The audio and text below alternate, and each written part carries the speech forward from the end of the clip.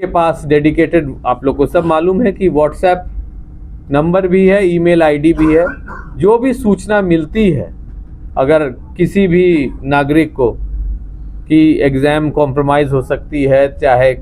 Rumour mongering भी exam हुआ है, उसमें अभी तक कोई ऐसा साक्ष्य ईओयू के सामने नहीं आया है कि कोई लीकेज हुई है।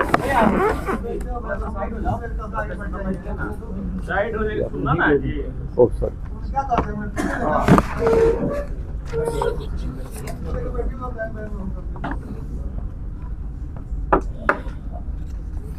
आप जब बोलेंगे तब हम लोग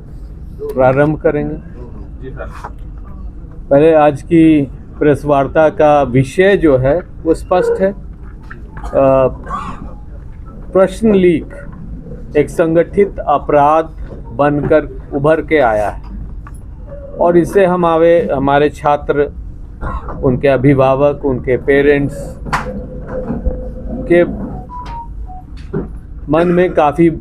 भ्रम रहती है। हम आश्वासन देने आए हैं कि बिहार सरकार इस समस्या को देखने के लिए और समझने के लिए और पहल करने के लिए सक्षम है और यह कार्य वर्तमान में ईओयू कर रहा है। ईओयू हमारा काफ़ी मजबूत इकाई है और प्रश्न लीक के मामलों में 2012 से अभी तक 10 कांड का अनुसंधान किया है, जिसमें कुल 545 अभियुक्त गिरफ्तार किए गए हैं 10 मात्र कांड में, और 249 अभियुक्तों पर आरोप पत्र भी दिया गया है। गौरतलब है कि एक मॉडल एक्ट सरकार ने नोटिफाई किया था। उस मॉडल एक्ट के तहत बिहार लोक परीक्षा अनुसूचित साधारण निवारण अधिनियम 2024 बिहार में लागू है और सीएचओ एग्ज़ाम जो अभी हुई थी, जिसमें कंप्यूटर सर्वर सब कॉम्प्रोमाइज़ हुआ था, उस एग्ज़ाम के अभियुक्तों पर यह धारा लागू किया जाता है। ये धारा काफ़ी मजबूत है। इसके संबंध में डीआईजी साहब हमारे विस्तृत प्रतिवेदन देंगे और क्या पहल की जा रही है ये हम अवगत करने चाह रहे हैं कि ईओयू को और सुदृढ़ किया जा रहा है। ईओयू अब सभी डिपार्टमेंट्स जो परीक्षा लेती है बिहार सरकार के तरफ से, उनको कंसल्टेंसी सर्विसेज भी प्रोवाइड कर रही है, क्योंकि अब कंप्यूटर बेस्ड एग्ज़ाम्स होने लगे हैं। वो भी कॉम्प्रोमाइज़ हुआ है। उसमें क्या लैकुना है, क्या खामी है, वो भी हम कोशिश कर रहे हैं कि वहाँ तक पहुँच जाएं, ताकि किन के यहाँ जो भी संस्था चलाता है, प्राइवेट संस्था, उनका भी हम लोग पहले से जांच करेंगे, कंप्यूटर्स भी, उनके एग्जामिनेशन सेंटर्स भी, ताकि दोबारा ये ऐसा हो नहीं पाए। जहाँ की कानूनी कार्रवाई के संबंध में है, डाटा बैंक बनाया जा रहा है। पिछले 10-12 साल में बिहार राज्य में, पड़ोस राज्यों में जो भी संगठित ऐसे गिरोह हैं, उनकी पूरी हुलिया ली जा रही है। फिर से मैं बताना चाहता हूं कि 2005 से पीएमएलए एक्ट लागू है। तो ये संगठित अपराधी अगर बिहार में कार्य करेंगे और उनके पास अकूत धन क्राइम के मार्फत जमा हुआ है, तो पीएमएलए के तहत भी हम लोग ईडी के मार्फत इनकी कमाई को जब्त करने के प्रयास करेंगे। जहाँ की आउटरीच की सवाल है,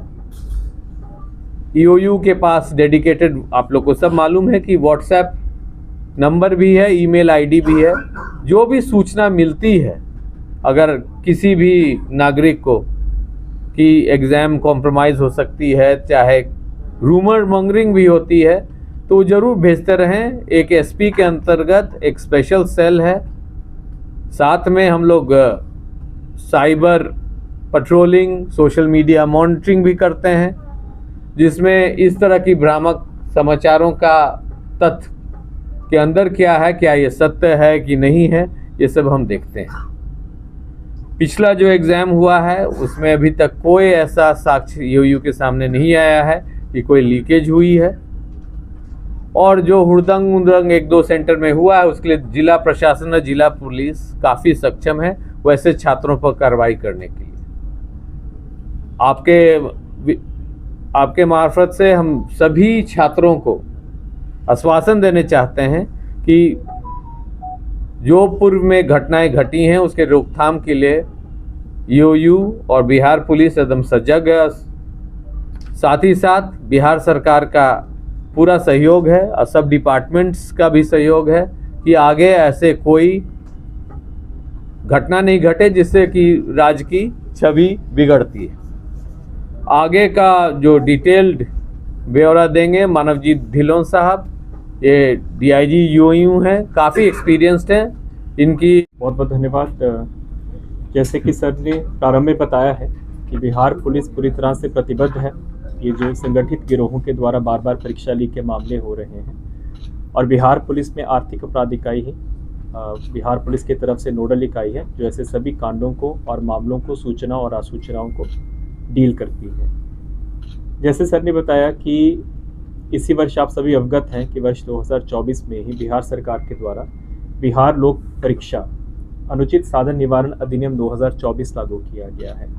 ये एक बहुत ही अच्छा कानून है। इसमें इस प्रकार के प्रावधान किए गए हैं जो पूर्व में बिहार परीक्षा संचालन अधिनियम था उसमें नहीं थे।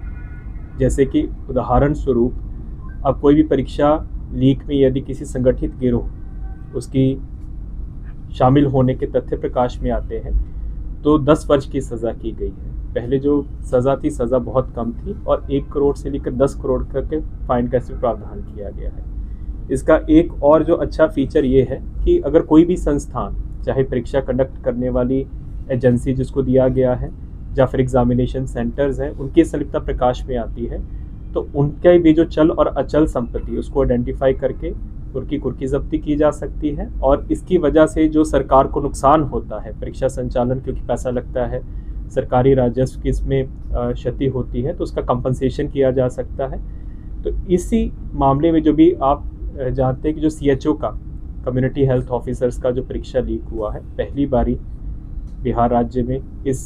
अधिनियम के तहत इस कांड को दर्ज किया गया है और इसमें जितने भी 12 के 12 ऑनलाइन एग्जामिनेशन सेंटर्स हैं उनके हम लोग स्वामित्व का हम लोग ब्यौरा ले रहे हैं मिनिस्ट्री ऑफ कॉर्पोरेट अफेयर्स से और GST की रजिस्ट्रेशन अथॉरिटी से क्योंकि ऑनलाइन एग्जामिनेशन सेंटर्स वहीं से पंजीकृत होते हैं। और कुछ जैसे आप जानते हैं कि उसमें से 3 जो स्वामी थे एग्जामिनेशन सेंटर्स के उनको हम लोग जेल भेज चुके हैं और जैसे ही चार्जशीट होगा और बाकी लोगों की संलिप्तता प्रकाश में आएगी तो उनकी चल और अचल संपत्ति की जो कुर्की और जब्ती की कार्रवाई हम लोग करेंगे और ये पहली बारी होगा।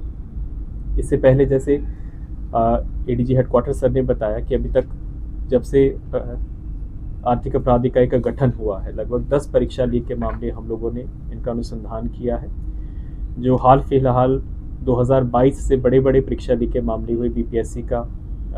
PT परीक्षा का हुआ था, उसके बाद फिर केंद्रीय चयन सिपाही भर्ती परिषद का परीक्षा लीक हुआ, BPSC TRE teacher recruitment examination का हुआ, नीट का भी प्रारंभिक इन्वेस्टिगेशन आर्थिक अपराध इकाई के द्वारा किया गया और अब CHO का जो ऑनलाइन परीक्षा लीक मामला हुआ है। इन सभी मामलों में समेकित रूप से कार्रवाई करते हुए हम लोगों ने एक बहुत ही व्यापक डेटाबेस बनाया है। इस डेटाबेस में लगभग 170 लोगों का अभी हम लोगों के पास प्रोफाइलिंग हुआ है और इसमें बिहार राज्य के अतिरिक्त हम लोगों का लगातार संपर्क रहा है उत्तर प्रदेश के साथ, झारखंड के साथ, हरियाणा के साथ और जब नीट का पेपर लीक हुआ था तो गुजरात और महाराष्ट्र से भी वहाँ से टीम्स आई थी। तो हम लोगों के पास एक समेकित डेटाबेस बना है ऐसे गिरोहों का जो कि बिहार राज्य में भी कार्यरत हैं और अन्यत्र भी कार्यरत हैं और ये लोग आपस में परस्पर सहयोग भी करते हैं। उनका प्रोफाइलिंग करके हर बारी जब भी कोई भी परीक्षा होती है तो हम लोग इसके संबंध में अलर्ट्स भी जारी करते हैं। इसके अलावा जो साइबर पेट्रोलिंग है, क्योंकि आप सभी जानते हैं कि ज़्यादातर जो अभ्यर्थी हैं, जो स्टूडेंट्स हैं, उनसे पैसा लेने के लिए, उनको इन ग्रुप्स के साथ जोड़ने के लिए ज़्यादातर साइबर स्पेस का इस्तेमाल होता है। तो हम लोगों का एक 24/7 घंटे कार्यरत है समर्पित इकाई है जो कि सोशल मीडिया पेट्रोलिंग के अतिरिक्त ऐसे मामलों की साइबर पेट्रोलिंग भी करता है और सूचना और आसूचनाओं का संकलन करता है। उसके बाद ये जो गिरोह हैं, इनके जो प्रमुख सरगना हैं, इनको आर्थिक रूप से चोट पहुंचाने के लिए भी हम लोगों ने कार्रवाई किया है। अभी जैसे आप अवगत होंगे जो संजीव मुखिया है जो कि प्रमुख सरगना रहा है नीट में भी और CSPC में भी और BPSC में भी, उसके ऊपर DA का केस किया गया है। और उसी डीए की केस की वजह से जो लगभग 6 महीने से उसके ऊपर नो कोएर्सिव स्टेप लगा हुआ था, दंडात्मक कार्रवाई पर रोक लगी हुई थी, हम लोगों ने सारा एविडेंस प्रस्तुत किया कोर्ट में और अब वो कार्रवाई जो दंडात्मक कार्रवाई पर रोक लगी हुई थी उसको ख़त्म किया गया है और वारंट और कुर्की की कार्रवाई के लिए हम लोगों ने प्रार्थना की है कोर्ट से। इसके अलावा रंजीत कुमार रजक जो पहले परीक्षा के मामलों में संलिप्त रहे हैं और वो भी सरगना रहे हैं इस प्रकार के लीक के मामलों में, उनके ऊपर भी डीए का केस काफ़ी आगे तक बढ़ गया है और थोड़ी देर में हम लोग उसको भी प्रोसिक्यूशन सैंक्शन प्राप्त करके चार्जशीट करेंगे। इस तरह के अन्य, पहले तो इसको हम लोगों ने 2 कैटेगरीज में बांटा है, लोक सेवक और गैर लोक सेवक। लोक सेवकों की कैटेगरी में जो सरकारी कर्मी शामिल हैं उनके ऊपर पीसीएफ का केस करेंगे और फिर एक प्लेटफॉर्म होता है रीजनल इकोनॉमिक इंटेलिजेंस काउंसिल, इसमें जो आयकर विभाग होता है, अग्रणी विभाग है, तो जितने भी भ्रष्टाचार निवारण अधिनियम के डिस्प्रोपोर्शनेट एसेट्स के केस होते हैं उनके माध्यम से उनको सूचना साझा किया जाता है और वहीं से सूचना प्रवर्तन निर्देशालय ईडी को भी जाती है।